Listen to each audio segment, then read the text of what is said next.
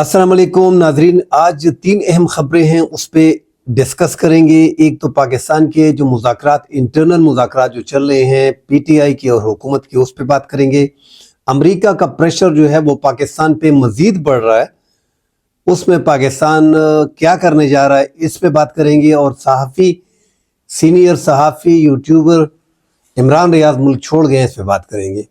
پاکستان کے مذاکرات جو اس ٹائم پہ ہو رہے ہیں، تو اس ٹائم پہ ایک تو حکومت چاہ رہی ہے کہ یہ مذاکرات کامیاب نہ ہوں، مگر دوسری طرف سے اسٹیبلشمنٹ اب چاہ رہی ہے، کیونکہ اسٹیبلشمنٹ نے 3.25 سال دیکھ لیا۔ پی ڈی ایم کی گورنمنٹ میں 1.25 سال، نگران سیٹ اپ کو بڑھا کے 3 مہینے سے انلیگلی آئین سے ہٹ کے اس کو 1 سال کر دیا گیا نگران سیٹ اپ کو، اور وہی نگران سیٹ اپ میں پی ڈی ایم کی یہی جماعتیں جو تھی یہ نگران سیٹ اپ میں شامل تھی، وہ بھی دیکھ لیا۔ اور اب یہ جو 11 مہینے گزر گئے ان میں بھی دیکھ لیا، تو یہ 3.25 سال، تقریباً 3.5 سال شہباز شریف کی حکومت رہی تقریباً۔ اور ان 3.25 سالوں میں نہ تو یہ عمران خان کے بیانے کو ختم کر سکے، نہ یہ عمران خان کی پاپولیرٹی کو ختم کر سکے، اور نہ ہی ملک میں کوئی استحکام لا سکے، سیاسی استحکام، اور نہ ہی ملک میں کوئی فارن انویسٹمنٹ ابھی تک آئی ہے۔ کوئی فارن انویسٹمنٹ ملک میں کوئی بڑی ابھی تک آئی نہیں ہے۔ تو پاکستان مشکلات میں ہے اور اسٹیبلشمنٹ سمجھ رہی ہے۔ اسٹیبلشمنٹ اور عمران خان کے مابین گیپ بہت زیادہ ہے، اس میں کوئی دو رائے نہیں ہے کہ یہ اسٹیبلشمنٹ عمران خان سے جو ہے وہ بات نہیں کرنا چاہ رہا کسی بھی طور پہ، مگر اب ان کو اندازہ ہو گیا ہے کہ ہم نے جن ان پاپولر جماعتوں کے سر پہ ہاتھ رکھا ہے ان کی قدر و قیمت جو ہے وہ عوام میں نہیں ہے۔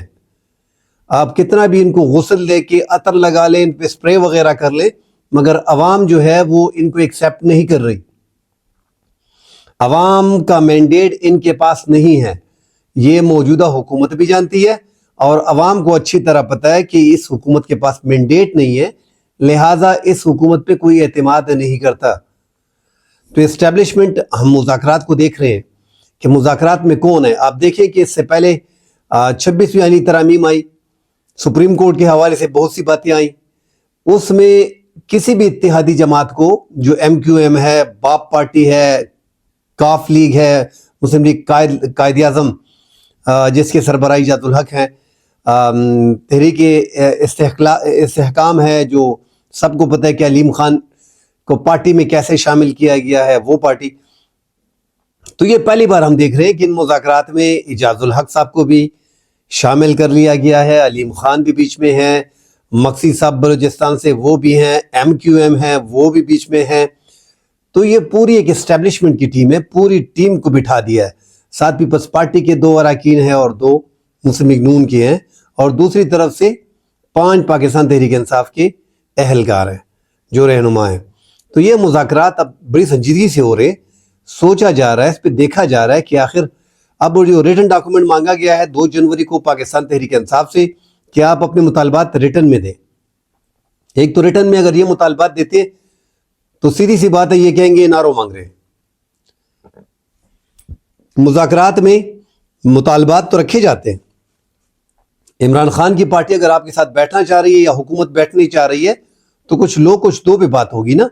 اور جو پریزنرز ہیں وہ سارے جو سیاسی قیدی ہیں وہ ان کو تو پہلے رہا کر دینا چاہیے تھا یار۔ 9 مئی سے ہٹ کے 9 مئی میں جو ملزمان ہیں، زیادہ تر کو تو 25 کو تو ملٹری کورٹ سے سزائیں مل گئی ہیں، 50 ابھی رہنی ہے، وہ بھی مل جائیں گی چند دن میں، مگر جو دیگر ملزمان ہیں جن کو جلسے جلوسوں میں پکڑا ہے ان کو تو ریلیز کر دیتے، وہ سیاسی قیدی ہے نا، مگر ان کو ابھی تک ریلیز نہیں کیا گیا۔ عمران خان کے 2 بڑے مطالبات تھے کہ 26 نومبر میں جو ظلم زیادتی ہمارے ساتھ ہوئی ہے اور 9 مئی جو واقعات ہوئی ہیں اس کا جو ہے وہ جوڈیشل کمیشن تشکیل دیا جائے موسٹ سینئر 3 ججوں پہ، اور وہ اس کی انکوائری کرے تاکہ پتہ چلے کہ 9 مئی میں کون ملوث تھا اور 26 نومبر میں ہمارے کتنے اہلکار جو ہے وہ شہید ہوئے اور کیا واقعات ہوئے۔ مگر حکومت نے یہ 2 مطالبات تو فی الحال مانے نہیں ہیں، مگر مذاکرات چل رہے ہیں۔ عمران خان کا کہنا تھا مذاکرات تب ہوں گے یا جب یہ 2 باتیں مانی جائیں گی۔ تو ہم نے تحریک انصاف کے پچھلے میٹنگ میں دیکھا، جو حکومت کے ساتھ مذاکراتی کمیٹی تھی اس میں صاحبزادہ حامد رضا صاحب تھے, اسد قیصر صاحب تھے, اور رضوی صاحب تھے, راجہ ناصر صاحب تھے. 3 رہنما تھے جس میں تحریک انصاف کا ایک تھا. باقی اسد بیرسٹر گوہر, شیخ وقاص, علی امین گنڈاپور یہ غیر حاضر تھے.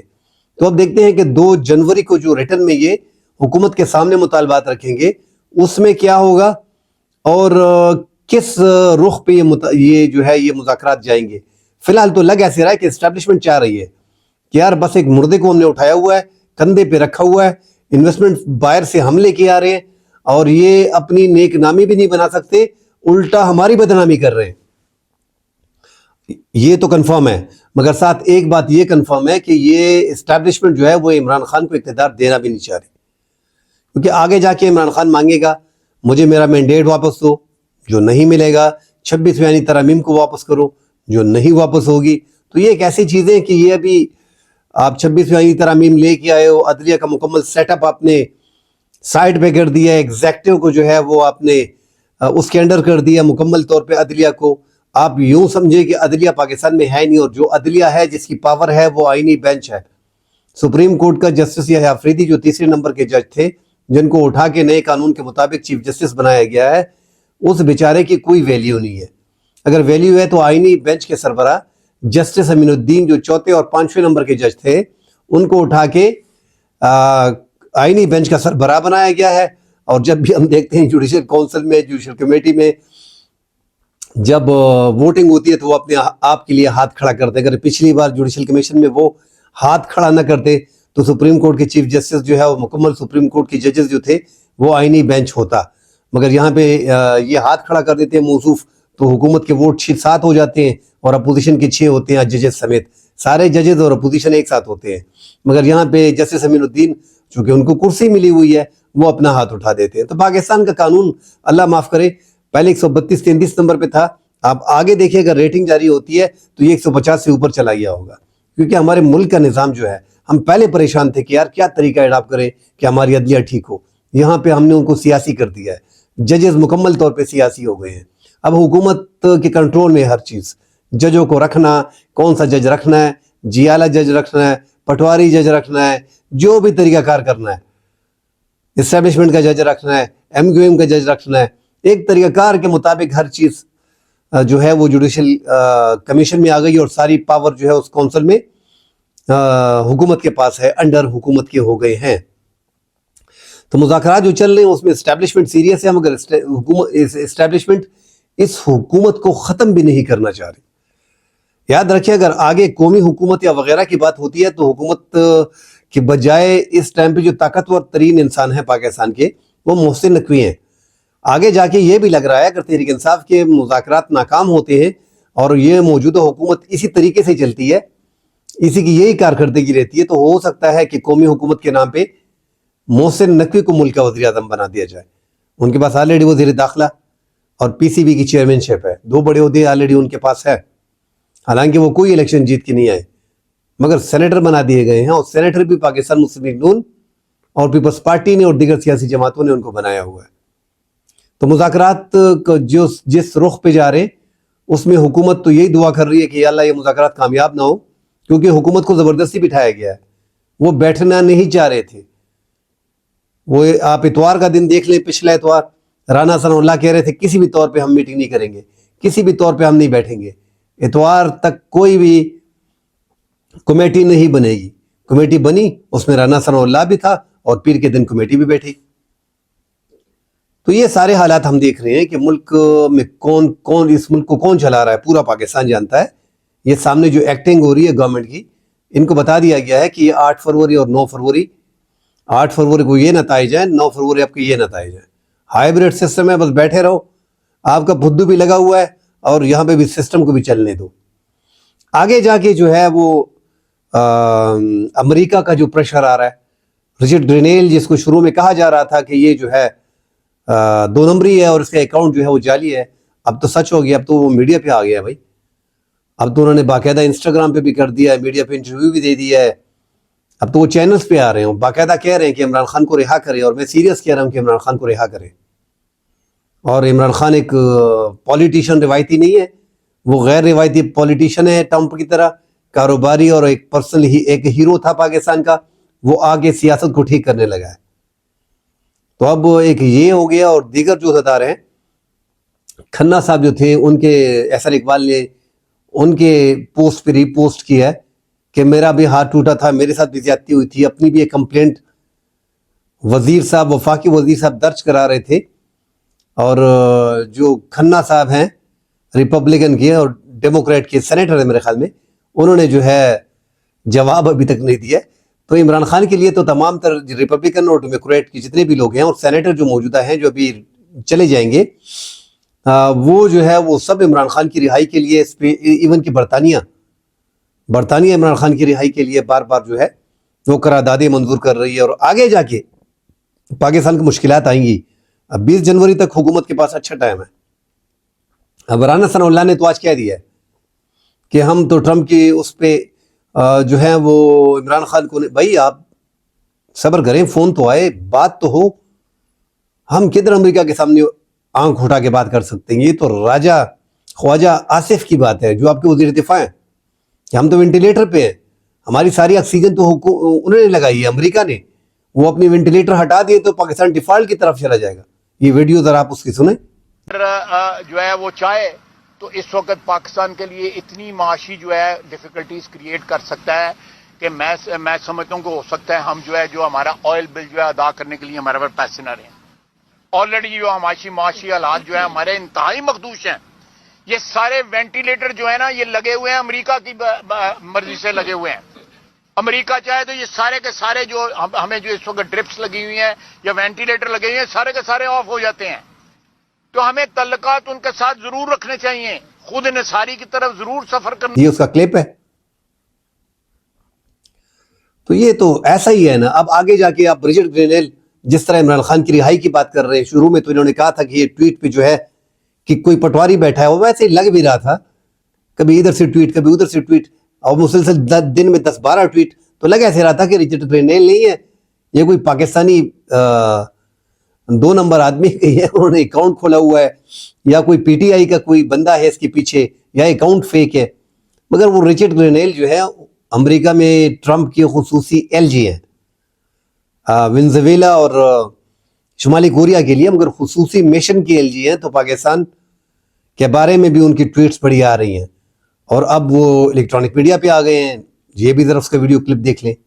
When a guy named Imran Khan was the leader of Pakistan, and that's because Imran Khan was an outsider. He was a former cricket player. He was actually the captain of the Pakistani national cricket team. He wasn't a politician, and he spoke in very common sense language, and he and Donald Trump had a very good relationship. I actually believe that having people from the outside, non-politicians, common sense people, business people, are the ones that do best. I do too. And so I'd like to see Imran Khan be released from jail. He's currently in prison. A lot of the same allegations, just like President Trump, where the ruling party put him in prison and created some sort of corruption allegations and false allegations. And he's in prison now. تو پاکستان آگے جا کے جو مشکلات آئیں گی وہ 20 جنوری سے پہلے پاکستان کو, اور میرے خیال میں پاکستان دکھانا بھی چاہ رہا ہے کہ دیکھو یہاں پہ ہم جو ہے اپوزیشن کے ساتھ بیٹھے ہوئے ہیں, مذاکرات بھی کر رہے ہیں, کوئی ایسی بات نہیں ہے. بڑی بات جو یورپی یونین نے اور امریکہ نے اور برٹن نے جو 25 اہلکاروں کو ملٹری کورٹ سے سزائیں ہوئی ہیں, اس حوالے سے جو جی ایس پی اسٹیٹس کے بارے میں خطرہ بڑھ گیا ہے کہ ہم ابھی تک 7 سے 9 ارب ڈالر جو ہے اس پہ کما رہے ہیں. ابھی تک جو ہمارا جی ایس پی کا سٹیٹس بنا ہے, اگر وہ ہٹ جاتا ہے, کیونکہ وہ کلیئر یہی بتا رہے ہیں کہ 27 جو کنونشنز ہیں ان کو آپ نے ایکسیپٹ کیا ہوا ہے, اور جی ایس پی سسٹم آپ کو ملا ہوا ہے, جی ایس پی, تو آپ سے وہ چھن جائے گا. تو یہ ایک خطرے کی گھنٹی بجائی ہے. امریکہ نے بھی سخت رد عمل اس پہ دیا ہوا ہے. 9 مئی کے مقدمات میں جو ملٹری کورٹ سے جو سزائیں ہوئی ہیں ان پہ یورپی یونین, برطانیہ اور امریکہ نے سخت رد عمل کا اظہار کیا ہے. پاکستانی دفتر خارجہ نے بھی اسے انٹرنل معاملات میں مداخلت کا ہے, مگر ایک ڈر ساتھ بیٹھا ہوا ہے. اب آئینی بینچ کے جو سربراہ ہیں جسٹس امین الدین, وہ اس کو لیگلائز کر سکتے ہیں, اور آگے جا کے ہمیں دکھائی بھی دے رہا ہے کہ وہ ان سزاؤں کو جو انہوں نے کہا ہے کہ آپ ملٹری کورٹ کو پرمیشن ہے کہ جن کا ٹرائل کمپلیٹ ہو گیا ہے ان کو سزائیں سنا دے، تو وہ تو ویسے بھی لیگلائز کر رہا ہے اس سزاؤں کو.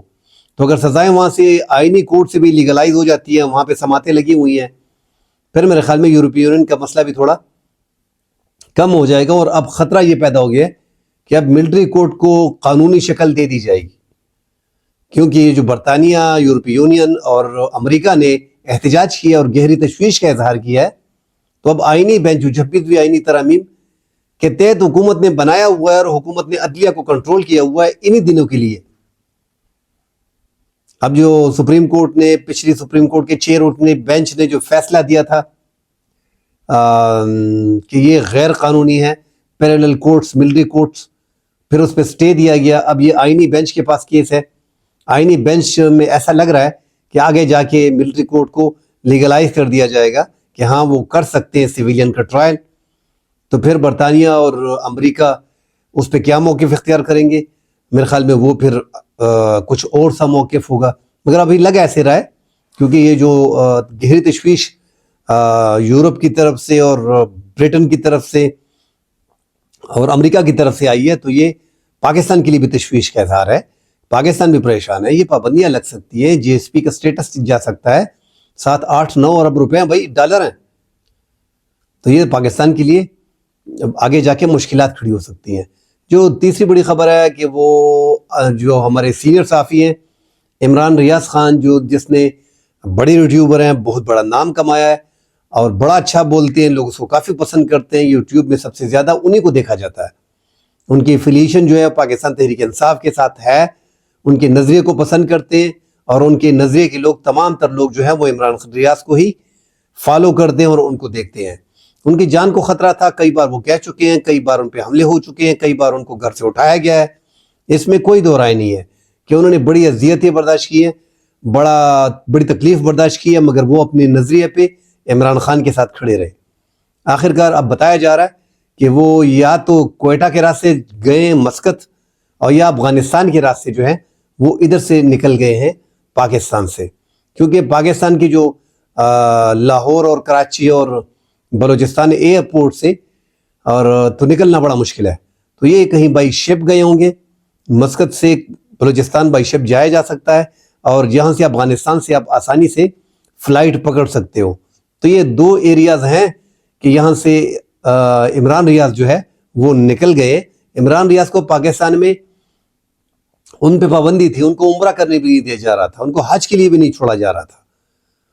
مگر اس بار وہ کسی طریقے سے باہر نکلنے میں کامیاب ہو گئے ہیں. تو اللہ تعالیٰ ان کو صحت دے اور اللہ تعالیٰ ان کی عمر دراز کرے. پاکستان سے وہ نکل گئے ہیں. پاکستان سے نکلنے کے راستے زیادہ تر ہر کسی کو معلوم ہے کہ افغانستان سے کیسے نکلا جاتا ہے اور بلوچستان سے کیسے نکلا جاتا ہے. تو پاکستان کا تو یہی ہے کہ ہم بارڈر، جیسے ہم کہتے ہیں کہ بارڈر کا مسئلہ پاکستان کا بہت زیادہ ہے. دہشت گرد تو آسانی سے داخل ہو جاتے ہیں. ایک بندہ جو حکومت اس کو چھوڑ نہیں رہی وہ آسانی سے پاکستان سے نکل جاتا ہے. یہ بہت بڑی بات ہے. کل انشاءاللہ اگلے پروگرام میں ملتے ہیں. اب تک کے لیے اجازت دیجیے. اللہ حافظ.